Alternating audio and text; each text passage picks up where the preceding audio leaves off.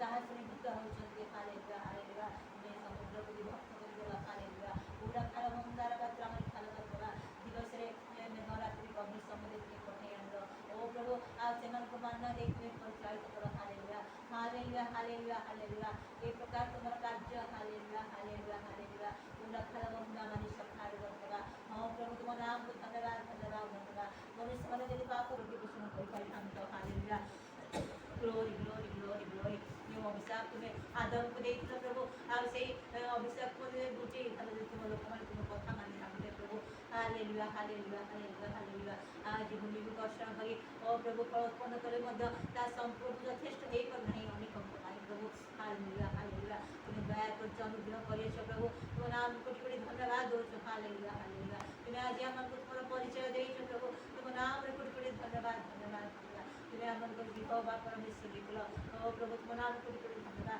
Hallelujah hallelujah hallelujah hallelujah ଜୟ ଯୀଶୁ ସେଇ କାର୍ଯ୍ୟ ତୁମେ ଆଜି ବି କରୁଛ ପ୍ରଭୁ ହଁ ପ୍ରଭୁ ଗତକାଲି ଆଉ ତୁମ ଦାସ ପ୍ରଭୁ ଦୁର୍ବଳତାରେ ଉଠିଗଲା ପରେ ଆଉ ତୁମେ ତାଙ୍କୁ ଭୟଙ୍କର ଭାବେ ତୁମେ ତାଙ୍କୁ ଖାଲି ବ୍ୟବହାର କଲ ପ୍ରଭୁ ହାଲେଲୁୟା ସେଇ ଶକ୍ତିରେ ଆଉ ସେଇ ପୂର୍ବ ଶକ୍ତିରେ ତୁମେ ତାଙ୍କୁ କଲ ହାଲେଲୁୟା ହାଲେଲୁୟା ହାଲେଲୁୟା ପୁରା ଖାଲ ବନ୍ଦାର ବାତ୍ରା ମାନେ ଖାଲ ବାତ୍ରା କାରଣ ଦୁର୍ବଳତାରେ ତୁମର ଶକ୍ତି ଥାଏ ପ୍ରଭୁ ହାଲେଲୁୟା ତୁମେ ଆମଙ୍କର ବଡ଼ ଦାନଟ ପ୍ରଭୁ ହାଲେଲୁୟା ଓ ବାବା ବାନି ଖାଲ ବନ୍ଦାର ବାତ୍ରା ତୁମ କାର୍ଯ୍ୟ କରିବା ଶୈଳୀ ଏ ପ୍ରକାର ପ୍ରଭୁ ହାଲେଲୁୟା ସେଥିପାଇଁ ମନୁଷ୍ୟର ସାହାଯ୍ୟ ବୃଥା ହାଲେଲୁୟା ହାଲେଲୁୟା ହାଲେଲୁୟା ହାଲେଲୁୟା ଆଉ ତୁମେ ଯେତେବେଳେ କାର୍ଯ୍ୟ କରିଥାଅ କେହି ତା ଅନ୍ୟଥା କରିପାରନ୍ତି ନାହିଁ ପ୍ରଭୁ ହାଲେଲୁୟା ହାଲେଲୁୟା ହାଲେଲୁୟା ହଁ ପ୍ରଭୁ ଏବେ ବି ତୁମ ଲୋକମାନଙ୍କୁ ରଖିଛ ଓ ପ୍ରଭୁ ନିଶ୍ଚୟ ପ୍ରଭୁ ରଖିଛ ଯେଉଁମାନେ ତୁମ ଉପରେ ସମ୍ପୂର୍ଣ୍ଣ ନିର୍ଭର କରନ୍ତି ହାଲେଲୁୟା ତୁମଠାରେ ସମ୍ପୂର୍ଣ୍ଣ ଭରସା କରନ୍ତି hallelujah hallelujah hallelujah hallelujah hallelujah ଓ ପ୍ରଭୁ ତୁମ ନାମ କୋଟି କୋଟି ଧନ୍ୟବାଦ ଧନ୍ୟବାଦ ଧନ୍ୟବାଦ ଧନ୍ୟବାଦ ଆଜି ଯଦି ପ୍ରଭୁ ଏହି ସ୍ଥାନରେ ଏହି ମଣ୍ଡଳରେ ଆମେ ନଥାନ୍ତି ପ୍ରଭୁ ଏହି ସମସ୍ତ ଶିକ୍ଷା ଏହି ସମସ୍ତ ଗୁଣରେ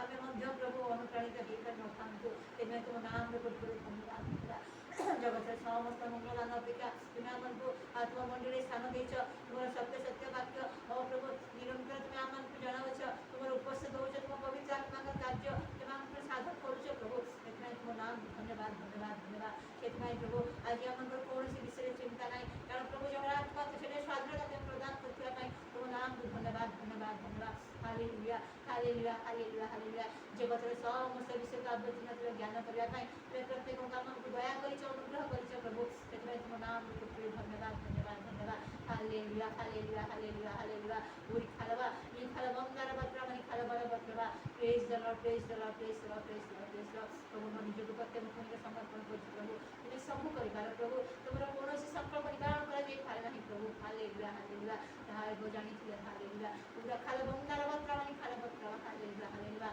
ଓ ପ୍ରଭୁ ତୁମକୁ ଜାଣିବା ତୁମର ପୁତ୍ରକୁ ଜାଣିବା ହିଁ ଅନନ୍ତ ଜୀବନରେ ପ୍ରଭୁ ହାଲେଲୁୟା ହାଲେଲୁୟା ଜୟ ଯୀଶୁ ଜୟ ଯୀଶୁ ଜୟ ଯୀଶୁ ଜୟ ଯୀଶୁ ତୁମକୁ ପାଇ ଓ ପ୍ରଭୁ ଆମଙ୍କର ଆଉ କିଛି ପ୍ରୟୋଜନ ନାହିଁ ତୁମେ ଆମଙ୍କର ଅଂଶ ସ୍ୱରୂପ ତୁମେ ଆମଙ୍କର ବାଣ୍ଟ ସ୍ୱରୂପ hallelujah hallelujah glory be thy mighty lord hallelujah hallelujah hallelujah hallelujah ଓ ପ୍ରଭୁ ଆଉ ନିଶ୍ଚୟ ପ୍ରଭୁ ଆଉ ତୁମେ କାର୍ଯ୍ୟ କରୁଛ ଆଉ ସେଥିପାଇଁ ପ୍ରଭୁ ମନୁଷ୍ୟମାନେ ପ୍ରବଳ ହେଇପାରୁନାହାନ୍ତି ହାଲେଲୁୟା ହଁ ପ୍ରଭୁ ସେଇ ଦୁର୍ଦୀର୍ଘ କାର୍ଯ୍ୟକୁ ମଧ୍ୟ ତୁମ ନିୟନ୍ତ୍ରଣ ତୁମେ ରଖିଥିବା ପାଇଁ ତୁମ ନାମକୁ ଧନ୍ୟବାଦ କରୁଛୁ ପ୍ରଭୁ ହାଲେଲୁୟା ହାଲେଲୁୟା ହାଲେଲୁୟା ଓ ବାବା ବାବା ନିଖାର ବରବା ହଁ ପ୍ରଭୁ ତୁମ ନାମକୁ ଧନ୍ୟବାଦ ଧନ୍ୟବାଦ ଧନ୍ୟବାଦ ତଥାପି ପ୍ରଭୁ ଅନେକ ସ୍ଥାନରେ ତୁମ ଲୋକମାନଙ୍କ ପ୍ରତି ଅତ୍ୟାଚାର ହେଉଛି ପ୍ରଭୁ ତାହା ତୁମେ ଜାଣ ପ୍ରଭୁ hallelujah glory be thy mighty lord hallelujah ତୁମେ ଏହି ସମସ୍ତ କାର୍ଯ୍ୟ କରିବ ପ୍ରଭୁ ହାଲେଲୁୟା ହାଲେଲୁୟା ଦୟାକର ମଣ୍ଡଳୀ ସମୂହକୁ ସୁସ୍ଥ ରହିବା ପାଇଁ ସାହାଯ୍ୟ କର ପ୍ରଭୁ ତୁମ ଦାସ ଥିଲାବେଳେ ଯେବେ ନଥିଲା ବେଳେ ମଧ୍ୟ ସେ ପ୍ରକାର ଆଉ ସମାନ ଜାଗାରେ ତୁମ ପାଇଁ କାର୍ଯ୍ୟ କରିବାକୁ ତୁମେ ସାହାଯ୍ୟ କର ପ୍ରଭୁ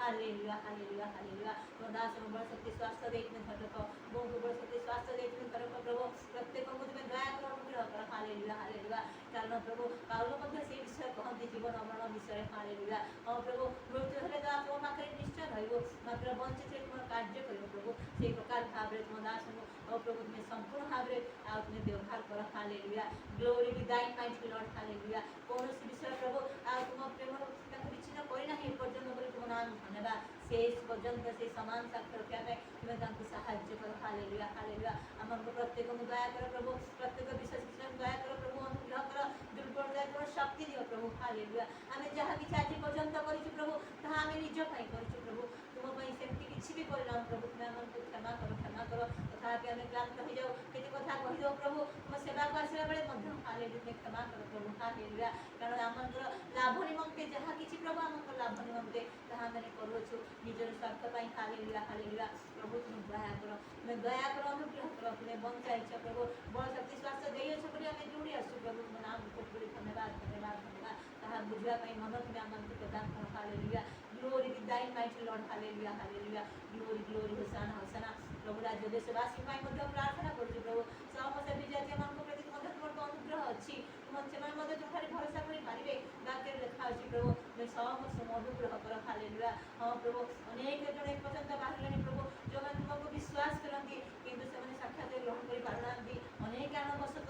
ସେସବୁ କଥା ତୁମେ ବୁଝିବ ପ୍ରଭୁ। ହାଲେଲୁୟା।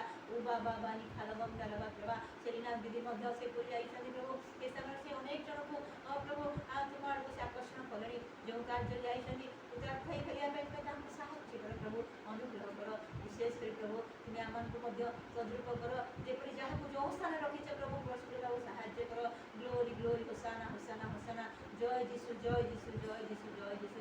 ସବୁ ଗୌରବ ତୁମର, ମହିମା ତୁମର, ସମ୍ଭ୍ରମ ତୁମର ପ୍ରଭୁ। ଆଜି ସେବା ଉପାସନା ସବୁ ତୁମ ଆତ୍ମାଙ୍କ ଦ୍ୱାରା ତୁମେ ଆମକୁ ପରିଚାଳିତ କରି ପ୍ରଭୁ ଆନନ୍ଦରେ ତୁମର ଧର୍ମାଚରଣ କରିବା ତୁମେ ଆମକୁ ସାହାଯ୍ୟ କର, ଅନୁଗ୍ରହ କର।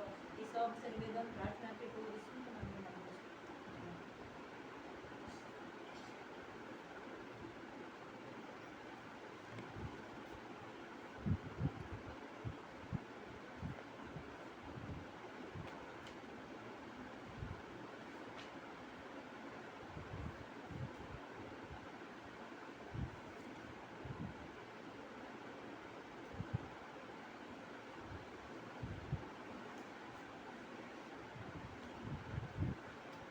ହିତୋପଦେଶ 13 ପର୍ବର 20 ପଦରେ ଲେଖା ଅଛି, ଜ୍ଞାନୀ ସଙ୍ଗରେ ଗମନାଗମନ କର, ତହିଁରେ ତୁମ୍ଭେ ଜ୍ଞାନୀ ହେବ, ମାତ୍ର ମୂର୍ଖମାନଙ୍କର ସଙ୍ଗୀ କ୍ଲେଶ ପାଇବ।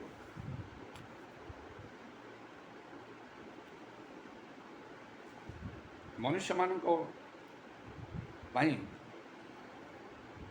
ଈଶ୍ୱରଙ୍କର ଗୋଟିଏ ବ୍ୟବସ୍ଥା ବା ନିୟମ ରହିଛି, ତାହା ହେଲା ଗୋଟିଏ ସ୍ୱାଧୀନତା। ମନୁଷ୍ୟକୁ ପରମେଶ୍ୱର ନିଜ ସ୍ୱାଧୀନତାରେ ଛାଡ଼ି ଦେଇଛନ୍ତି, ମାତ୍ର ନିଜର କୌଣସି ଭୁଲ କର୍ମ ପାଇଁ ମଣିଷ ଈଶ୍ୱରଙ୍କୁ ଦୋଷ ଦେଇପାରିବ ନାହିଁ। ଯେହେତୁ ମନୁଷ୍ୟକୁ ଗୋଟିଏ ବିବେକ ପ୍ରଭୁ ଦେଇଛନ୍ତି ଭଲ ମନ୍ଦର ବିଚାର କରିବା ପାଇଁ, ଏବଂ ସେ ପୂର୍ବରୁ ସମସ୍ତ ବିଷୟ ମଧ୍ୟ ଜଣାଇ ଦେଇଥାନ୍ତି। ଯେପରିକି ଯେଉଁ ପ୍ରଥମ ମନୁଷ୍ୟକୁ ପରମେଶ୍ୱର ସୃଷ୍ଟି କଲେ ପୁରୁଷ ଏବଂ ସ୍ତ୍ରୀ କରି ଆଦମ ଓ ହବାଙ୍କୁ,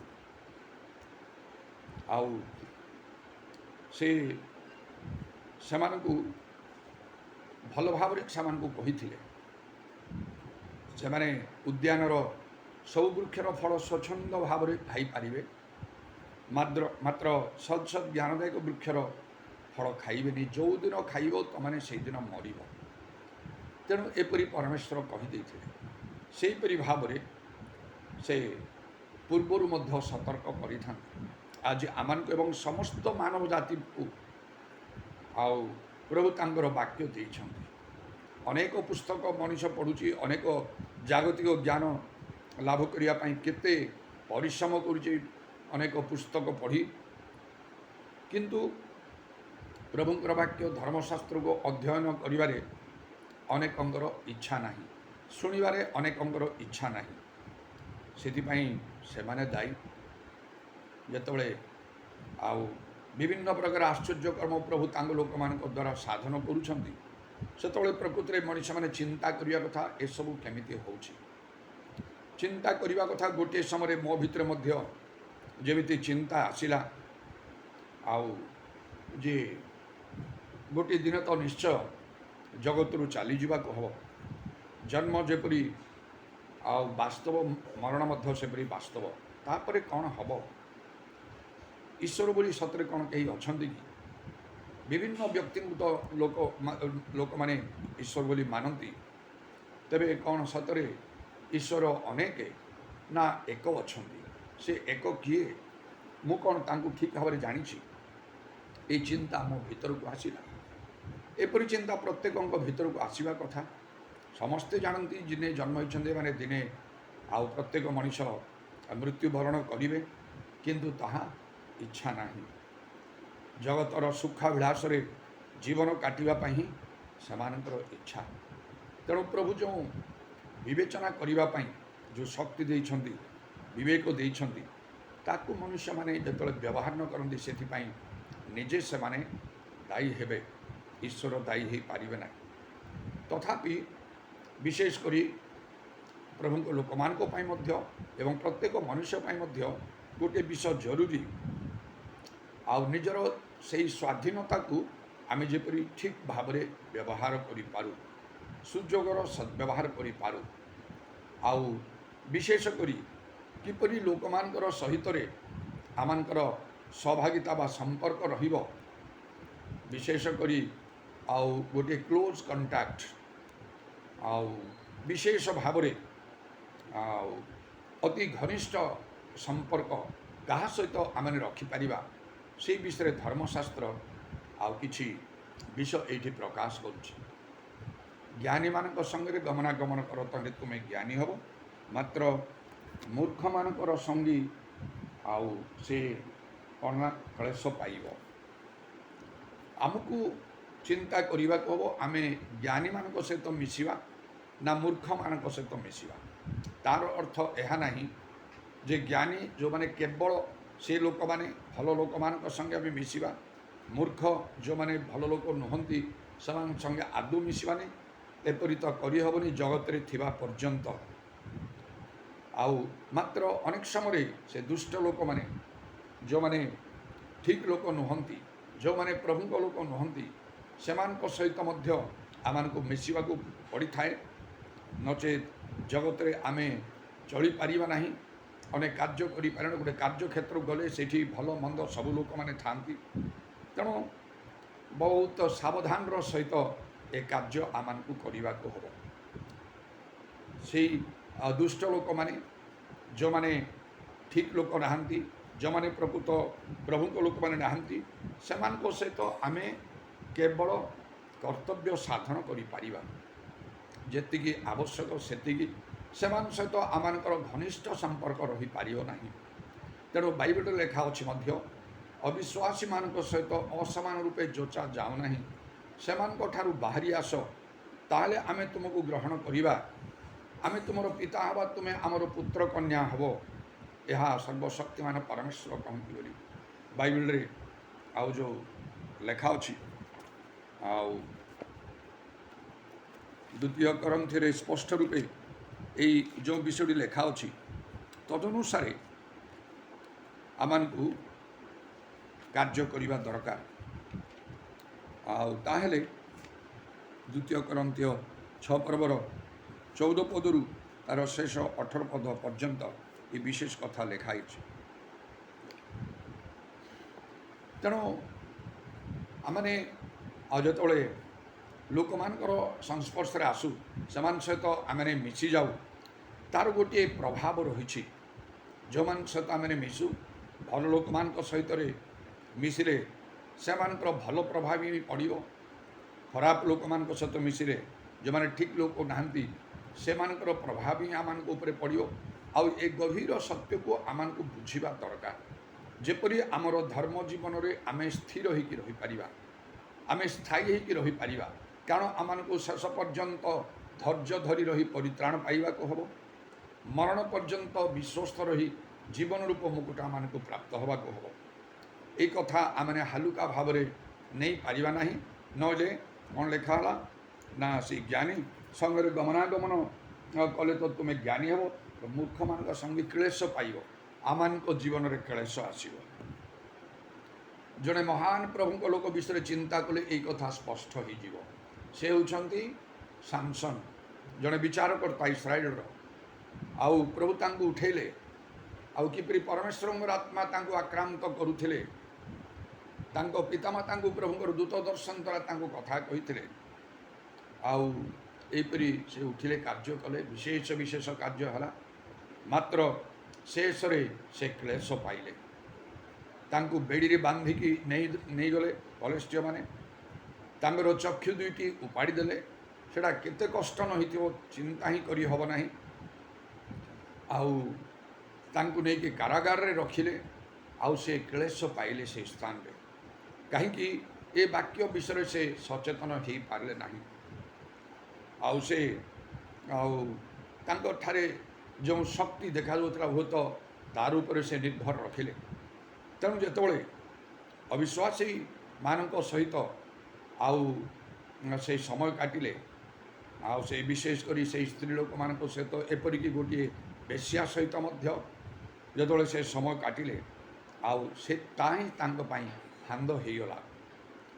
ଆଉ ସେ ନିଜର ଆଉ ସେ ଦଳିଲା ପାଖରେ ନିଜର ସବୁ କଥା ଆଉ ସେ କହିବାକୁ ବାଧ୍ୟ ହେଲେ, ଯାହା ସେ କହିବା କଥା ନାହିଁ। ଆଉ ତାଙ୍କର ସେ ଶକ୍ତିର ଭେଦ ଜଣାଗଲା। ଆଉ ପୋଲିସମାନେ ତାଙ୍କୁ ଧରିଲେ। ଆଉ ତାପରଠାରୁ ତାଙ୍କର କ୍ଲେଶ ଆରମ୍ଭ ହେଲା। ଶେଷ ପର୍ଯ୍ୟନ୍ତ ଆଉ ସେ ଫେରି ପାରିଲେ ନାହିଁ।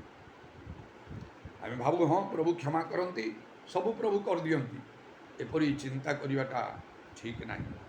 କାରଣ ଶେଷରେ ଆଉ ଯେତେବେଳେ ସେ ପଲେଷ୍ଠୀୟ ଲୋକମାନେ ସବୁ ଆଉ ସେମାନେ ଏକତ୍ର ହେଲେ ଗୋଟିଏ ଗୃହରେ, ତଳ ଉପର ମହଲା ସବୁରେ ଲୋକ ଭରିଥିଲେ, ତାଙ୍କୁ କୌତୁକ ଦେଖିବା ପାଇଁ ତାଙ୍କୁ ଆଣିଲେ। ଆଉ ସେତେବେଳେ ସେ କହିଥିଲେ, ହେ ପ୍ରଭୁ, ବିନତି କରୁଛି ମୋର ଏଇ ଦୁଇଟି ଚକ୍ଷୁର ଆଉ ଯେପରି ମୁଁ ପ୍ରତିଶୋଧ ନେଇପାରିବି, ଏଥିପାଇଁ ମୋତେ ଏଇ ଥରକ ବଳବାନ କର। କହି ସେଇ ଗୃହଟା ଆଉ ଯେ ହଜାର ହଜାର ଲୋକଙ୍କ ଦ୍ୱାରା ପରିପୂର୍ଣ୍ଣ ଥିଲା, ଲୋକାରଣ୍ୟ ହେଇ, ଆଉ ଯେଉଁ ଦୁଇଟି ସ୍ତମ୍ଭରେ ସେଇ ଗୃହଟି ଆଉ ନିର୍ଭର କରିଥିଲା, ତାକୁ ଧରି ବଳରେ ସେ ଆଉ ନୁଏଇଲେ। ସେ ଘରଟା ପଡ଼ିଗଲା। ସେଠି ସବୁ ଲୋକ ଯେତେ ଥିଲେ ସମସ୍ତେ ମଲେ, ସେ ନିଜେ ମଧ୍ୟ ମଲେ। ଯେତେବେଳେ ଏପରି ସେ ପ୍ରାର୍ଥନା କରିଛନ୍ତି, ପ୍ରଭୁ ଏଇଥରକ ମୋତେ ବଳବାନ କର, ମୋର ଏ ଦୁଇଟା ଚକ୍ଷୁର ପ୍ରତିଶୋଧ ନେବି ମୁଁ, ତାହେଲେ ନିଶ୍ଚୟ ସେ ଆଉ ସେ କାରାଗୃହରେ ଥିବା ସମୟରେ ମଧ୍ୟ ସେ ପ୍ରାର୍ଥନା କରିଥିବେ। ହେଇପାରେ କ'ଣ ପ୍ରାର୍ଥନା କରିଥିବେ, ମୋର ଭୁଲ ହେଇଗଲା, ମୁଁ ଏମିତି କରିବାର ନଥିଲା, ମୋତେ କ୍ଷମା କର। ଆଉ ଗୋଟିଏ ଉପଯୁକ୍ତ ସ୍ତ୍ରୀ ଲୋକକୁ ବିବାହ କରିକି ରହିଥିଲେ ତ ଭଲ ହେଇଥାନ୍ତା, କିନ୍ତୁ ମୁଁ ସେମିତି ନ କରି ଏଣେ ତେଣେ ସବୁ ହେଲି। ଆଉ ଯଦ୍ୱାରା ସେଇ ବେଶ୍ୟା ସ୍ତ୍ରୀ ସହିତ ମଧ୍ୟ ମୁଁ ଯାଇ ରହିଲି। ତାପରେ ମୋର ଭୁଲ ହେଇଛି, ପ୍ରଭୁ ମୋତେ କ୍ଷମା କର, ଏପରି ହୁଏତ ସେ କହିଥିବେ। ତାପରେ ଆଉ ପ୍ରାର୍ଥନା କରିଥିବେ, ତୁମେ ତ ସବୁ କରିପାର, ତୁମର ସାଧ୍ୟ କିଛି ନାହିଁ। ଗୋଟେ ଯୁବା ସିଂହକୁ ଛେଳି ଛୁଆ ପରି ବିଦୀର୍ଣ୍ଣ କରିଛି ମୁଁ, ମୋର ଚକ୍ଷୁ ଦୁଇଟା ଫେରେଇ ଦିଅ, ଆଉ ଥରେ ମୁଁ ଦେଖିବି, ଆଉ ମୁଁ ଫେରିଯିବି ନିଜ ଦେଶକୁ, ଆଉ ଏମିତି ଭୁଲ କେବେ କରିବି ନାହିଁ। ଏପରି ପ୍ରାର୍ଥନା ବି କରିଥାଇ ପାରନ୍ତି, କିନ୍ତୁ ସେଇଟା ହେଲା କି ହେଲାନି। ଈଶ୍ୱରଙ୍କର ସବୁ ସାଧ୍ୟ, ମାତ୍ର ଆଉ ଯେତେବେଳେ ମଣିଷ ଜାଣିଶୁଣି ଭୁଲ କାର୍ଯ୍ୟ କରେ, ସେତେବେଳେ ପ୍ରଭୁ ତା ପକ୍ଷରେ କାର୍ଯ୍ୟ କରନ୍ତି ନାହିଁ। ସେଥିପାଇଁ ବାଇବେଲ ଲେଖା ହେଉଛି, ଆପଣା ବିଷୟରେ ସାବଧାନ ହୋ, ସାବଧାନ ହୋ। ଜଣେ ବାରମ୍ବାର ପଢ଼ୁଥିବ, ଉଠୁଥିବ ସବୁବେଳେ, ତାହେଲେ ଆଉ ତା ପାଇଁ ମଧ୍ୟ ପ୍ରଭୁଙ୍କ ବାକ୍ୟରେ କୁହାଯାଇଛି, ସତ୍ୟ ଜ୍ଞାତ ହେଲା ପରେ ଯେ ସ୍ୱେଚ୍ଛାକୃତ ଭାବରେ ପାପ କରିବ, ତା ପାଇଁ ଆଉ ପାପ କ୍ଷମା ମଧ୍ୟ ନାହିଁ। ନରକ ଅଗ୍ନିର କେବଳ ପ୍ରଚଣ୍ଡତା ତା ନିମନ୍ତେ ରହିଛି କହି। ତେଣୁକରି ସବୁବେଳେ ଆମେ ସେମିତି କରିପାରିବା ନାହିଁ। ଆମମାନଙ୍କ ଜୀବନରେ ଅନେକ କ୍ଲେଶ ଏପରି ଆସେ, ଆମେ ସେ ସାମସନ ପରି ନୁହଁ। ପରମେଶ୍ୱରଙ୍କର ଆତ୍ମା ଆମମାନଙ୍କୁ ଆକ୍ରାନ୍ତ କରୁନାହାନ୍ତି, ତାଙ୍କ ପରି ଅସାମାନ୍ୟ ଶକ୍ତିରେ ଆମେ କାର୍ଯ୍ୟ କରୁନା। ସେ ଲୋକ ଯଦି କ୍ଲେଶ ଭୋଗିଲେ, ଆମେ କେମିତି ନ ଭୋଗିବା, ଆମ ପାଇଁ କେମିତି ନ ହେବ? ଆମେ ସେଥିପାଇଁ କ୍ଲେଶ ଭୋଗୁଛୁ। ସାବଧାନ ହେବାକୁ ଅଛି ଆମକୁ। କାହା ସହିତ ମିଶିବା, କାହା ସହିତ ମିଶିବା, ଜ୍ଞାନୀ ସଙ୍ଗରେ ଗମନାଗମନ। ଏଇଟା ଜଗତର ଜ୍ଞାନୀମାନଙ୍କ ବିଷୟରେ କୁହାଯାଉ ନାହିଁ। ଯେଉଁମାନେ ବହୁତ ପାଠଶାଠ ପଢ଼ିଛନ୍ତି, ଆଉ ଏଇ ପ୍ରକାର ଜ୍ଞାନୀ ଶିକ୍ଷିତ ଲୋକମାନଙ୍କ ବିଷୟରେ କୁହାଯାଉ ନାହିଁ। ଏଇଟା ଈଶ୍ୱରଙ୍କ ଲୋକମାନଙ୍କ ବିଷୟରେ କୁହାଯାଉଛି। କାରଣ ଲେଖା ଅଛି, ଜଗତର ଜ୍ଞାନ ତ ଈଶ୍ୱରଙ୍କ ଦୃଷ୍ଟିରେ ମୂର୍ଖତା।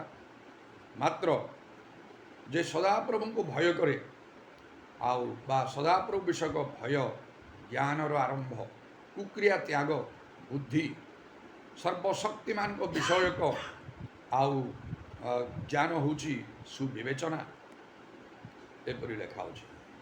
ତେଣୁ ଆଉ ସଦାପ୍ରଭୁଙ୍କ ବିଷୟ ଭୟ ଦ୍ୱାରା ମନୁଷ୍ୟମାନେ କୁକ୍ରିୟା ତ୍ୟାଗ କରନ୍ତି। ଏବଂ କ'ଣ ନା, ଆଉ ଅବ୍ରାହମକୁ ପରମେଶ୍ୱର, ଆମ ପ୍ରତି ତୁମର ଭୟ ଅଛି, ଆମେ ବୁଝିଲୁ। ପ୍ରଭୁଙ୍କୁ ଭୟ କରିବା ଦ୍ୱାରା ମଣିଷ ଈଶ୍ୱରଙ୍କର ଆଜ୍ଞା ମାନେ ଯେତେ ତାକୁ ମୂଲ୍ୟ ଦେବାକୁ ପଡ଼େ। ତେଣୁ ଏଇ ଜ୍ଞାନୀ ମାନେ ଆତ୍ମିକ ଲୋକ, ପ୍ରଭୁଙ୍କ ଲୋକମାନଙ୍କ ବିଷୟରେ ଆଉ କୁହାଯାଇଛି। ଏତେବେଳେ ବି ଆମମାନଙ୍କୁ ସାବଧାନ ହେବାକୁ ହେବ, ଆହୁରି ସାବଧାନ ହେବାକୁ ହେବ। ପ୍ରଭୁଙ୍କ ଲୋକମାନେ ମାତ୍ରକେ ଯେକୌଣସି ପ୍ରଭୁଙ୍କ ଲୋକ ହେଲେ ଆମେ ତା ସହିତ ଯେଉଁ ମିଶିଯିବା ସେଇ କଥା ନାହିଁ। ସମସ୍ତ ପ୍ରଭୁଙ୍କ ଲୋକଙ୍କ ସହିତ ଅନ୍ତର ସହ ମିଶି ହେବନି, କାରଣ ବାଇବଲ ଆହୁରି ସ୍ପଷ୍ଟ କରୁଛି। ଆଉ ସେମାନେ ମେଣ୍ଢା ବେଶରେ ଆସନ୍ତି, କିନ୍ତୁ ସେମାନେ ଭିତରେ ହିଂସ୍ରକ ବାଘ। ସେମାନେ ଭକ୍ତିର ଭେକ ଧରନ୍ତି, ମାତ୍ର ତହିଁର ଶକ୍ତିକୁ ଅସ୍ୱୀକାର କରନ୍ତି। ଏପରି ଲୋକଙ୍କ ଠାରୁ ପୃଥକ ହୁଅ। ଏମାନେ ପ୍ରଭୁଙ୍କ ଦାସ ନୁହନ୍ତି, ଏମାନେ ଉଦରର ଦାସ। ଏଥିପାଇଁ ମୁଁ ଅନୁରୋଧ କରୁଛି, ତୁମେ ଏମାନଠାରୁ ଅଲଗା ହୁଅ, ଏମାନଙ୍କୁ ଚିହ୍ନ, ଏମାନଙ୍କ ଠାରୁ ଅଲଗା ହୁଅ। ଆହୁରି ଲେଖା ଅଛି, ଯେଉଁମାନେ ପ୍ରେରିତ ନୁହନ୍ତି ମାତ୍ର ନିଜକୁ ପ୍ରେରିତ ବୋଲି କୁହନ୍ତି, ତୁମେ ସେମାନଙ୍କୁ ଚିହ୍ନିଛ। ତେଣୁ ଆମମାନଙ୍କୁ ପ୍ରଭୁଙ୍କ ଲୋକମାନଙ୍କ ଭିତରୁ ମଧ୍ୟ ଆମମାନଙ୍କୁ ବହୁତ ସତର୍କତାର ସହିତ ଆମମାନଙ୍କୁ ଲୋକ ମନୋନୀତ କରିବାକୁ ହେବ। ଯେଉଁମାନଙ୍କ ସହିତ ଆମମାନଙ୍କର ଘନିଷ୍ଠ ସମ୍ପର୍କ ରଖିବାକୁ ହେବ, ତେବେ ସେମାନଙ୍କର ପ୍ରଭାବ ଆମ ଉପରେ ପଡ଼ିବ, ଖାପଛଡ଼ା ଭାବରେ ନାହିଁ, କେତେବେଳେ କେମିତି ନାହିଁ। କାରଣ ଏଲିଓ ଇଲିଶାଙ୍କର ଦୃଷ୍ଟାନ୍ତ ଦ୍ୱାରା ଜାଣୁଛୁ। ଏଲିଓ ଯେତେବେଳେ ଜାଣିଲେ ପ୍ରଭୁ ତାଙ୍କୁ ସ୍ୱର୍ଗ ନେଇଯିବେ, ଇଲିଶାଙ୍କୁ ବାରମ୍ବାର କରି କହିଲେ, ତୁମେ ଏଠି ରୁହ, ମୋତେ ପ୍ରଭୁ ଆଗକୁ ପଠାଇଛନ୍ତି ଯିବି। କିନ୍ତୁ ଇଲିଶାଏ ତାଙ୍କୁ କହିଲେ, ସଦାପ୍ରଭୁ ଜୀବିତ ଥିବା ପ୍ରମାଣେ, ଆପଣଙ୍କ ପ୍ରାଣ ଜୀବିତ ଥିବା ପ୍ରମାଣେ ମୁଁ ଆପଣଙ୍କୁ ଛାଡ଼ିବି ନାହିଁ। 3 ଥର ଏପରି କହିଲା ପରେ ଶେଷରେ ସେ କହିଲେ, ତୁମେ କ'ଣ ମାଗୁଛ ମାଗ, ମୁଁ ଅନ୍ତରିତ ହେବା ପୂର୍ବରୁ। ଆଉ ସେ କହିଲେ, ଆପଣଙ୍କ ଆତ୍ମାର 2 ଗୁଣ ଅଂଶ ଆଉ ମୋତେ ଦିଅନ୍ତୁ। ଏଲିଓ କହିଲେ, ତୁମେ ଗୋଟେ ଦୁଃସାଧ୍ୟ ବିଷୟ ମାଗିଲ, ହେଲେ ବି କହିଲେ, ମୁଁ ଯିବା ସମୟରେ ଯଦି ତୁମେ ଦେଖିବ ହେବ। ସେ ଅଗ୍ନିମ ସ୍ୱରଥରେ ଯିବା ସମୟରେ ଇଲିଶା ଦେଖିଲେ, ଆଉ ତାଙ୍କର ଆତ୍ମାଙ୍କର 2 ଗୁଣ ଅଂଶ ତାଙ୍କ ଉପରକୁ ଆସିଲା। ଭବିଷ୍ୟତ ବକ୍ତାଙ୍କର ସନ୍ତାନମାନେ ମଧ୍ୟ ତାହା କନଫର୍ମ କଲେ। କାରଣ ଏଲିଓ ଯେତେବେଳେ ତାଙ୍କର ବସ୍ତ୍ର ଧରି ଜର୍ଦ୍ଦନକୁ ଆଘାତ କରୁଥିଲେ, ଜର୍ଦ୍ଦନ ବିଭକ୍ତ ହୋଇଥିଲା। ଇଲିଶାଏ ମଧ୍ୟ ଏଲିଓଙ୍କର ପଡ଼ିବା ବସ୍ତ୍ର ନେଇକି କହିଲେ, ଏଲିଓଙ୍କର ପରମେଶ୍ୱର କାହାନ୍ତି କହି ଜର୍ଦ୍ଦନକୁ ଆଘାତ କଲେ, ଜର୍ଦ୍ଦନ ବିଭକ୍ତ ହେଲା। ସେ ଶୁଖିଲା ଭୂମିରେ ସେ ଚାଲିଗଲେ। ତେଣୁ ଭବିଷ୍ୟତ ବକ୍ତାଙ୍କ ପୁତ୍ରମାନେ କହିଲେ, ଆଉ ଏଲିଓଙ୍କର ଆତ୍ମା ଇଲିଶାଙ୍କ ଉପରେ ନିଶ୍ଚୟ ପଡ଼ିଥିଲା। ସେ କେମିତି ତାଙ୍କ ସହିତ କ୍ଲୋଜ୍ କଣ୍ଟାକ୍ଟ ରଖି ସେ ଚାଲୁଥିଲେ। ସେହିପରି ମଶାଙ୍କ ସଙ୍ଗେ ଜିହୋଶିଓ ବି ଥିଲେ। ଯେଉଁଠି ମଶା ଥିଲେ ସେଇଠି ଜିହୋଶିଓ। ମଶା ଯେତେବେଳେ 40 ଦିନ ପର୍ଯ୍ୟନ୍ତ ଆଉ ସେ ପର୍ବତରେ ପ୍ରଭୁଙ୍କ ଦର୍ଶନ ନିମନ୍ତେ ଯାଇକି ରହିଲେ, ଜିହୋଶିଓ ମଧ୍ୟ ଯାଇକି ସେଇ ପ୍ରକାର ଭାବରେ ଥିଲେ, ତାଙ୍କଠାରୁ ଦୂରରେ ଥିଲେ, ମାତ୍ର ସେ ବି ସେଇ ସ୍ଥାନରେ ସେ ବି ଖିଆପିଆ ନାହିଁ, ତାଙ୍କ ସହିତ ରହିଥିଲେ। ତେଣୁ ଯେତେବେଳେ ପ୍ରଭୁ ମଶାଙ୍କୁ ଆଉ ନେଇଯିବାକୁ ଚାହିଁଲେ, ସେତେବେଳେ ସେ ଜିହୋଶିଓଙ୍କ କଥା ହିଁ କହିଲେ। ଜିହୋଶିଓ କାଳେ 2 ଜଣ ଯାକେ ସମାନ ପ୍ରକାର ଥିଲେ, ଉଭୟ ସମାନ ଲେଭେଲରେ ହୁଏତ ଥିଲେ, ମାତ୍ର ଜିହୋଶିଓ ଯେପରି ମଶାଙ୍କ ସଙ୍ଗେ ରହୁଥିଲେ, ଆଉ କାଲେବ ସେଇ ପ୍ରକାର ତାଙ୍କ ସଙ୍ଗେ ରହୁନଥିଲେ। ତେଣୁ ମଶାଙ୍କର ଉତ୍ତରାଧିକାରୀ ହେବା ପାଇଁ ପରମେଶ୍ୱର ସ୍ପଷ୍ଟ ରୂପେ ଜିହୋଶିଓଙ୍କ ବିଷୟରେ କହିଲେ, ଏଇ ନୁନର ପୁତ୍ର ଜିହୋଶିଓକୁ ନିଅ, ଏହାଙ୍କଠାରେ ଆତ୍ମା ଅଛନ୍ତି, ତାଙ୍କ ଉପରେ ହସ୍ତାର୍ପଣ କର। ଆଉ ସେ ମଶାଙ୍କର ସାକ୍ସେସର, ଉତ୍ତରାଧିକାରୀ ସେ ହେଇଗଲେ। ଏହିପରି ଭାବରେ ଉପଯୁକ୍ତ ପ୍ରଭୁଙ୍କ ଲୋକମାନଙ୍କ ସହିତ ଆମମାନଙ୍କର ଗଭୀର ସମ୍ପର୍କ ରହିବାକୁ ହେବ, ଯେପରିକି ସେମାନଙ୍କର ପ୍ରଭାବ ଆମ ଉପରେ ପଡ଼ିଲେ ଆଉ ଆମେ ମଧ୍ୟ ଆଉ ସେମାନଙ୍କ ପରି ହେଇପାରିବା। କିପରି ପ୍ରଭୁଙ୍କ ଲୋକମାନଙ୍କ ସହିତ ଆମମାନଙ୍କୁ ସମ୍ପର୍କ ରଖିବାକୁ ହେବ, ସେହି ବିଷୟରେ ମୁଁ କିଛିଟା ଚିନ୍ତା କରିଛି। ହଠାତ୍ ମୋ ମନରେ ଏହି ଚିନ୍ତା ସବୁ ଆସିଲା 15ଟି ବିଷୟରେ। କେଉଁମାନଙ୍କ ଧାର୍ମିକ ଜ୍ଞାନୀ ସଙ୍ଗରେ ଗମନାଗମନ କର। ଏ ଜ୍ଞାନୀମାନେ କେଉଁମାନେ? ହେଉଛନ୍ତି ସେମାନେ ପ୍ରଥମେ ଯେଉଁମାନେ ଧାର୍ମିକତାର ମାର୍ଗରେ ଗମନ କରନ୍ତି। ସେଇ ଆଉ ଜିଖର ଏଲିସାବେଥ ଈଶ୍ୱରଙ୍କର ସବୁ ଆଜ୍ଞା ମାନି ତାଙ୍କ ବିଧି ଅନୁସାରେ ଆଚରଣ କରି ଈଶ୍ୱରଙ୍କ ଦୃଷ୍ଟିରେ ଧାର୍ମିକ ଅଟନ୍ତି ବୋଲି। ତେଣୁ ଯେଉଁମାନେ ଧାର୍ମିକତାର ମାର୍ଗରେ ଗମନ କରନ୍ତି, ସବୁ ପ୍ରଭୁଙ୍କ ଲୋକ, ସବୁ ବିଶ୍ୱାସୀ ଖ୍ରୀଷ୍ଟିଆନ ଧାର୍ମିକତାର ମାର୍ଗରେ ଗମନ କରନ୍ତି ନାହିଁ।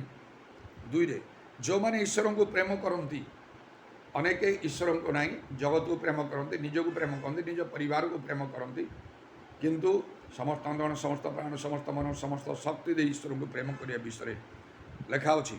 ତେଣୁ ଯେଉଁମାନେ ଈଶ୍ୱରଙ୍କୁ ପ୍ରେମ କରନ୍ତି, ସେମାନଙ୍କ ସହିତ ଆମମାନଙ୍କର ଗମନାଗମନ କରିବା ଆବଶ୍ୟକ।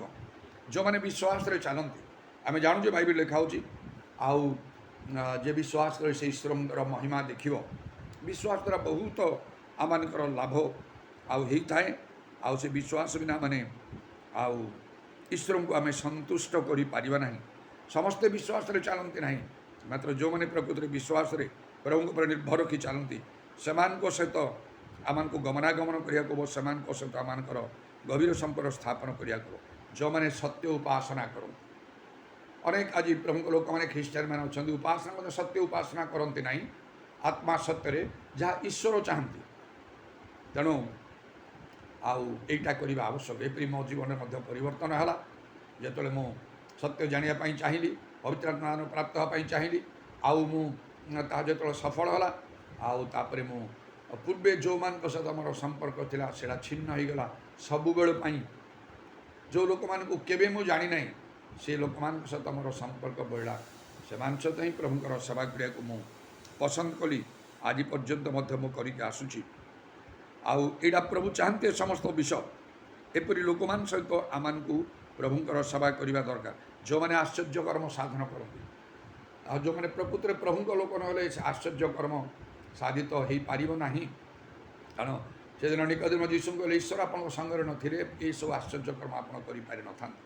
ଅନେକ ଅଛନ୍ତି ପ୍ରଭୁଙ୍କ ଲୋକମାନେ ନିଜକୁ ପ୍ରଭୁଙ୍କ ଲୋକ ବୋଲି ସେମାନେ କହିଲେ ମଧ୍ୟ ତାର ପ୍ରମାଣ ସେମାନେ ଦେଇପାରନ୍ତି ନାହିଁ। ମାତ୍ର ପାଉଲ କହିଲେ ମୋର ଶିକ୍ଷା ପ୍ରଚାର ଜ୍ଞାନର ମନର ବାକ୍ୟଯୁକ୍ତ ନୁହେଁ, ଆତ୍ମା ଶକ୍ତିର ପ୍ରମାଣଦାୟକ ହେଇଥିଲା। ଆଉ ତାହେଲେ ତାର ପ୍ରଭାବ ଆମମାନଙ୍କ ଉପରେ ପଡ଼ିବ, ଆମମାନଙ୍କ ମନରେ ଆସିବ। ମୁଁ ମଧ୍ୟ ଆଶ୍ଚର୍ଯ୍ୟ କର୍ମ କରିବି ସେପରି। ଆଉ ମୋର ପରିବର୍ତ୍ତନ ଆରମ୍ଭରେ ଅନେକ ବଦଳି ଗଲେ। ଆମ ଭଉଣୀ ଜ୍ୟୋତି ଯୋଡ଼ି ବାହା ହେଇଛି ସେ ମହଣା ପଛରେ ଖାରୁଡ଼ାରେ, ସେଠି ଜଣେ ଲୋକ ଥିଓଫିଲ୍, ତାର ପରିବର୍ତ୍ତନ ସୁବାସ ତା ନାଁ ଥିଲା, ତାକୁ ଥିଓଫିଲ୍ ବୋଲି ନାଁ ଦିଆଲା। ମୋତେ ନୂଆ ନାଁ ଦିଅନ୍ତୁ କହି ତାକୁ ଡୁବନ ଦେଲା। ମୋ ସହିତ ଚାରିଆଡ଼େ ବୁଲିଲା। ଆଉ ଦିନେ ସେ କହିଲା ମୋତେ ମାମୁଁ ଡାକୁଥାଏ, ମାମୁଁ ଆଉ ଆପଣ ଯେମିତି ପବିତ୍ର ଆତ୍ମାରେ ପୂର୍ଣ୍ଣ, ମୁଁ ସେପରି ପବିତ୍ର ଆତ୍ମାରେ ପୂର୍ଣ୍ଣ ହେବାକୁ ଚାହୁଁଛି। ଆପଣ ଯେମିତି ଆଶ୍ଚର୍ଯ୍ୟ କର୍ମ କରୁଛନ୍ତି ମୁଁ ବି ସେପରି କରିବାକୁ ଚାହୁଁଛି। ଆଉ ସବୁ ବିଷୟକୁ ସେ କଲା ମୋର ପସନ୍ଦ କରି ଆପଣ ଯେମିତି କରୁଛନ୍ତି ମୁଁ ସେମିତି କରିବା ପାଇଁ ଚାହୁଁଛି। ମୋତେ ପସନ୍ଦ ଲାଗିଲା, ଭଲ ହେଲା, ଠିକ୍ ଅଛି, ଲାଗି ରୁହ, ମୋ ସଙ୍ଗେ ଲାଗି ରହ। ଆଉ ଦିନେ ସେ କହିଲା ମୁଁ ଦେଖୁଛି ଆପଣଙ୍କ ପରି ଯୁବା ଲୋକ ମୋ ମୁଣ୍ଡରେ ହାତ ରଖି ମୁଁ ପବିତ୍ର ଆତ୍ମା ପ୍ରାପ୍ତ ହେଉଛି। ଆତ୍ମାରେ ଉତ୍ତେଜିତ ହୋଇକି ମୁଁ କହିଲି ଆଜି ସନ୍ଧ୍ୟାରେ ତୁମେ ପବିତ୍ର ଆତ୍ମାରେ ପୂର୍ଣ୍ଣ ହେବ, ପ୍ରସ୍ତୁତ କର। ସନ୍ଧ୍ୟା ସେବା କାର୍ଯ୍ୟ ସମୟରେ ତା ମସ୍ତକରେ ମୁଁ ହାତ ରଖିଲି, 2 ହାତ, କହିଲି ଆଉ ଥିଓଫିଲ୍ ଭାଇ ପବିତ୍ର ଆତ୍ମାରେ ପୂର୍ଣ୍ଣ ହେବ। ତତ୍କ୍ଷଣାତ୍ ଇମିଡ଼ିଏଟଲି ସେ ପବିତ୍ର ଆତ୍ମାରେ ପୂର୍ଣ୍ଣ ହେଲା। ଅନର୍ଗଳ ପ୍ରଭାଷା ସେ କହିବାକୁ ଲାଗିଲା। ଆଉ ପ୍ରଭୁଙ୍କ ପାଇଁ ମଧ୍ୟ ସେ ଉଦ୍ୟୋଗୀର କାର୍ଯ୍ୟ। ମାତ୍ର କେତେ ଦିନ ପରେ ଆଉ ମୋ ସହିତ ସେହି ପ୍ରକାର ଯୋଗାଯୋଗ ରହିଲା ନାହିଁ। ତେଣୁ କାର୍ଯ୍ୟର ଆରମ୍ଭ ଅପେକ୍ଷା ତାହାର ସମାପ୍ତି ଭଲ। ମୁଁ ଯେମିତି ସେମିତି ଅଛି, ପୂର୍ବେ ଯାହା ଥିଲା ତାଠୁ ମୁଁ ବଢ଼ିଛି, କିନ୍ତୁ ମୁଁ କମ୍ରେ ନାହିଁ। ଯେଉଁ ବିଶ୍ୱାସ ଯାହା କହୁଛି ଏଗୁଡ଼ାକ ମୋ ଜୀବନରେ ମୁଁ ପ୍ରାକ୍ଟିକାଲ, ସେଇ ବିଶ୍ୱାସ ବଳ ଧାର୍ମିକତା ବଳ ଯାହା ସତ୍ୟ ଉପାସନା ସବୁରେ ମୁଁ ଅଛି। ଅନେକଙ୍କୁ ମୁଁ ସଂଗ୍ରହ କରୁଛି, ମୁଁ ଟିକିଏ ପଛକୁ ମୁଁ ଯାଇନାହିଁ, ଆଗକୁ ବଢ଼ିବା ଆବଶ୍ୟକ, ମୁଁ ସେମିତି କରୁଛି। ମାତ୍ର ମୋ ସହିତ ଥିବା ଅନେକ ଆଗରୁ ଯେଉଁମାନେ ଥିଲେ ଅନେକ ସେ ଅବସ୍ଥାରେ ନାହାନ୍ତି। ହେଇପାରେ ତାର ଗୋଟିଏ କାରଣ ମୋ ସହିତ ସେମାନଙ୍କର ସମ୍ପର୍କ ନାହିଁ। ଯେକୌଣସି ଲୋକ ମୋ ସଂସ୍ପର୍ଶରେ ଆସିବ ଆଉ ମୋର ପ୍ରଭାବ ନିହାତି ତା ଉପରେ ପଡ଼ିବ। ଏଇଟା ବାକ୍ୟରେ ବି ଲେଖା ହେଉଛି ଜ୍ଞାନୀ ସଙ୍ଗରେ ଗମନାଗମନ କର ତୁମେ ଜ୍ଞାନୀ ହେବ। ଏଥିପାଇଁ ଆମମାନଙ୍କୁ ସାବଧାନ ହେବା ଦରକାର। ଯେଉଁମାନେ ଈଶ୍ୱରଙ୍କ ଦର୍ଶନ ପ୍ରାପ୍ତ ହୁଅନ୍ତି ଏପରି ଲୋକମାନଙ୍କ ସହିତ ବି ଆମମାନଙ୍କର ସମ୍ପର୍କ ରହିବା ଆଉ ଆବଶ୍ୟକ। ଈଶ୍ୱରଙ୍କର ଦର୍ଶନ ପ୍ରାପ୍ତ ହେବା ଆଉ ତା ମଣିଷ ଜୀବନକୁ ବଦଳି ଦେଇ ଯେପରି ସାଉଲ ପାଉଲ ହୋଇଗଲେ।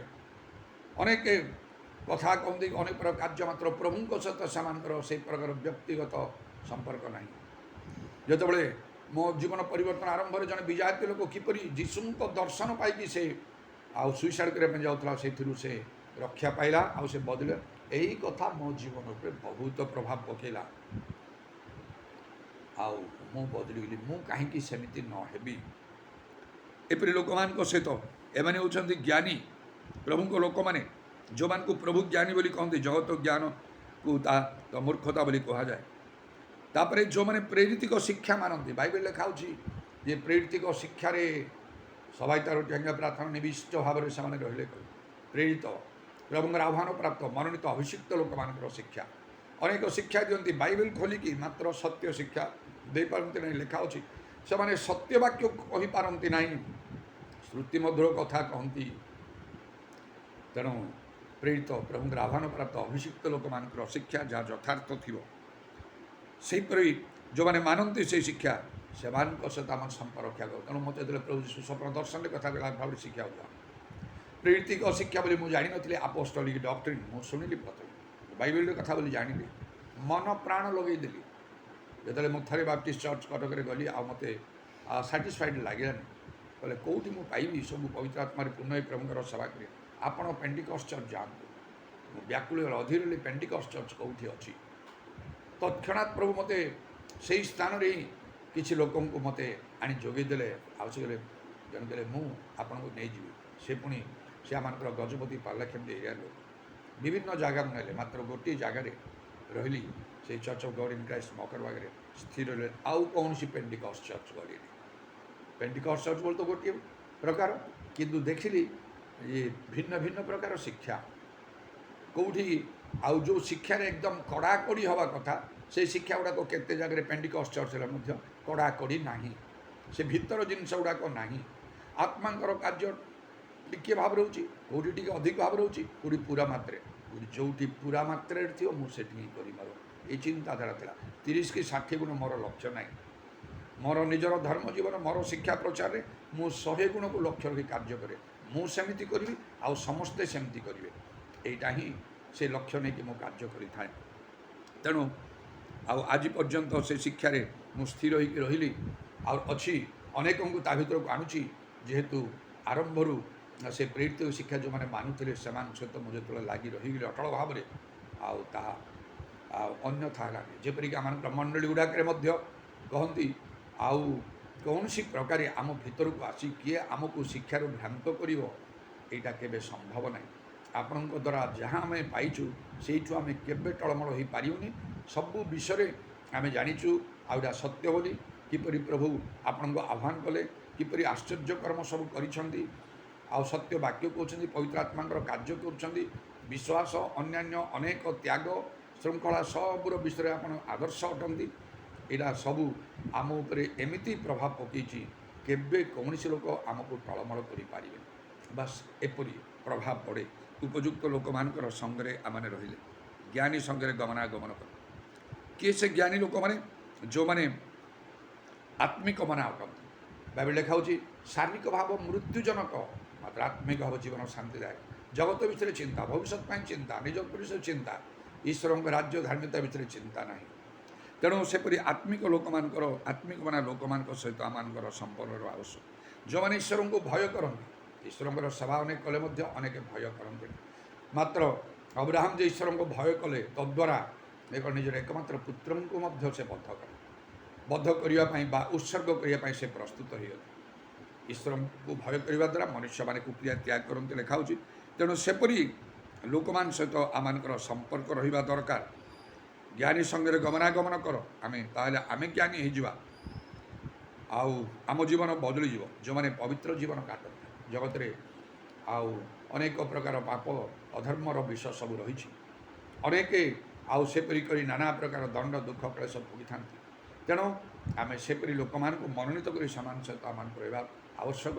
ଯେଉଁମାନେ ଆଉ ସବୁ ପ୍ରକାର ପାପ ଧର୍ମରୁ ପୃଥକ ହୋଇ ପବିତ୍ର ଜୀବନଯାପନ କରନ୍ତି, ସେମାନଙ୍କ ସଙ୍ଗେ ରହି ଆଉ କ୍ଲୋଜ୍ କଣ୍ଟାକ୍ଟ ରହି ଜଣେ ଅପବିତ୍ର ହୋଇପାରିବନି, ଆଉ ସେ ପାପରେ ସେ ଜୀବନ କାଟିପାରିବ ନାହିଁ। ଯେଉଁମାନେ ସରଳ ଅଟନ୍ତି, ଯେଉଁମାନେ ନମ୍ର ଅଟନ୍ତି, ଦୁଇଟି ବିଷୟ। ଆଉ ସରଳ ଲୋକଙ୍କ ପାଇଁ ଧାର୍ମିକତାର ଅନ୍ଧକାର ଦୀପ୍ତି ଉଦିତ ଲେଖା ହେଉଛି। ସରଳ ଲୋକମାନଙ୍କର ପ୍ରାର୍ଥନା ଆଉ ତାଙ୍କର ପ୍ରଭୁଙ୍କର ତୁଷ୍ଟିକର ଲେଖା ହେଉଛି।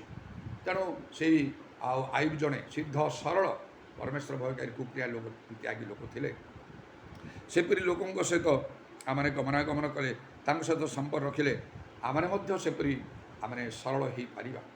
ଆଉ ବାଇବେଲ ଲେଖା ହେଉଛି, ଯେଉଁମାନେ ସରଳ ଭାବରେ ଆଚରଣ କରନ୍ତି, ଆମ୍ଭର ବାକ୍ୟ ସକଳକି ସେମାନଙ୍କର ମଙ୍ଗଳ ନ କରେ।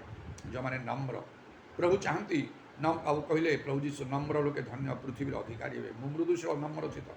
ତେଣୁ ସବୁ ପ୍ରକାର ଗର୍ବ ଅହଙ୍କାରକୁ ତ୍ୟାଗ କରି ଯେଉଁମାନେ ସେପରି ଜୀବନ କାଟନ୍ତି, ସେମାନଙ୍କଠାରୁ ପୃଥକ ହୋଇ ବରଂ ଆଉ ନମ୍ର ଲୋକମାନଙ୍କ ସହିତ ଆମମାନଙ୍କୁ ମିଶିବା ଦରକାର, ଯେପରି ଆମେ ମଧ୍ୟ ଆଉ ସେପରି ହୋଇପାରିବା, ଆଉ ପ୍ରଭୁଙ୍କ ଦୃଷ୍ଟିରେ ଯଥେଷ୍ଟ ଅନୁଗ୍ରହ ଆମେ ପାଇବା।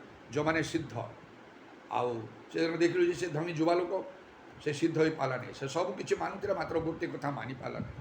तो निश्चय किसी लोक मैंने प्रभु लोक मैंने अच्छा प्रभु वाक्य सफल कर 30 गुण नुहे 60 गुण नुहे 100 गुण सबू वाक्य को मानिया चेष्टा करते एपरी सिद्ध लोक मैंने जो मान विषय बाइबल लिखा हो सिद्ध लोक को लक्ष्य कर तुम स्वर्गस्थ जपरी सिद्ध तुम्हें सेपरी सिद्ध हो सेपरी लोक मान सहित आम संपर्क रहा दरकार जो मैंने ईश्वर को इच्छा साधन करते आउ प्रभु यीशु तो कहले मो पिता इच्छा साधन करने आसी निज इच्छा साधन करने जद्वारा ईश्वर इच्छा साधन कले मनुष्य स्वर्गराज्य प्राप्त हो पारे अनेक तार लाभ मंगल रही मनीष ठारे निजर इच्छा परिवार गोटे प्रवृत्ति सब थाए जहाँ तक इच्छा हो निजपाई परिवार भविष्य में सब करने से चिंता करता मात्र ईश्वर गोटे इच्छा मनीष जीवन रही आहा कष्टकर मात्र निश्चय किसी लोक मैंने से भाव में कार्य करती तेणु जेपरिक आउ प्रभु चाहते आम को जपरी दाऊद को कही आम को आमर मनर मत लोक समस्त विषय आम इच्छा साधन कर यहाँ मोर अंतर भितर परिपूर्ण होगी अच्छी सब प्रार्थनार सहित मुझे चेष्टा करुँची सब तुम मनर मत लोक हवा को चाहूँगी समस्त विषय तुम इच्छा साधन कर प्रार्थना खाली करदे से किसी हेले लाभ ना यहाँ को भावी चिंती करने को प्रार्थना कलापर प्रभु गोटे गोटे विषय चिंता करने को मुझे जहाँ करुँची जहाँ लक्ष्य यहाँ ईश्वर इच्छा ना मनुष्यर इच्छा ना मोर निज इच्छा चिंता करी जहाँ प्रभु इच्छा ना ताको हटई देवा को जहाँ कष्ट है प्रार्थना करी मत साहाय्य कर माइंडटा चेंज करदे प्रभु हो गला आउ किसी कथा ना आउ तेणु यहाँ मो जीवन गोटे प्रधान लक्ष्य आउ पुणी जो मैंने सत्य आचरण करती आउ माने अनेक समय मनुष्य मान को आम को आउ सत्य परिवर्ते हुए तो मिथ्या कहवा पड़ी था मिथ्यार आचरण कर मात्र प्रभु से मिथ्याचारी मिथ्यावादी मिथ्याचारी माने बाहर रही लिखाई सत्यर कटिबंधन कटिबंध से ईश्वर तो प्रथम सज्जा अनेक समय लोक मैंने मिछ कही था आउ एपरी मात्र आउ सत्य आचरण करने दरकार जब बाइबल लिखा आउ जो मैंने सदा प्रभु निकटे प्रार्थना करते सत्य भाव में प्रार्थना करते से समान निकटवर्ती अटंती सत्यता किण ताको बिक ना हितोपदेश 23 पर्व 23 पद जदि आमने मिथ्या कहू मिथ्या आचरण करूँ ता प्रभु को दृष्टि घृणार विषय प्रभु पसंद करती ना आउ तेणु सेपरी से एलिसाई सहित से गेज रही से केमती मिछ कहला एलिसा पचारे कुआड़े जाइथिल ना मु कुआड़े जाइनी कहीं तुम्हें उपहार ताठू आनिल से नामान कुष्ठ रोग तुम ठारे तुम वंशर लगी रते बड़ आउ दंड अभिशाप ता उपरको आस यहाँ है एपरी 15टा विषय हठात मोर चिंताधारा मध्य आसे ज्ञानी संगे गमनागमन कर एपरी लोक मैंने जो मैंने प्रभु लोक मैंने आउ भल प्रभु लोक मैंने से सहित आम को गभीर संपर्क रखा से सुनेमिया भी से दिन ता स्वामी कहला ये जन ईश्वर पवित्र लोक बोली मुझे जानूँ आण आंकु घरे रख आंकर व्यवस्था करवा आउ केते बड़ से आशीर्वाद पाला से धनवती स्त्री थिला तार स्वामी वृद्ध था संतान नाला इलिसाए कहले ये ऋतु फेला बेले तुम संतान हम आउ से प्रकार प्रभु आशीर्वाद कर हालेलुया हालेलुया हालेलुया हालेलुया पूरवत्रमणि कारवर्षा कलरवणि कारबंदल रवणि कारबंदल रवणि प्रभु तुम नामर प्रशंसा गौरव जुगे जुग नित्य जीवित सर्वशक्तिमान परमेश्वर आमान को दया कर आमान समस्त पाप दोष दुर्बलता क्षमा कर आमान को तुम्हें स्वाधीनता देच प्रभु से स्वाधीनतार सद्व्यवहार आम करूँ कि अपव्यवहार आम करूँ असद्व्यवहार करूँ ता आमान को ऊपर छड़ा जाइए मात्र तार परिणाम आमान को भोगवा पड़ो भल कि मंद इतार वर्षा कामानिया तरवानी कारवा त्रमाना कारबन तार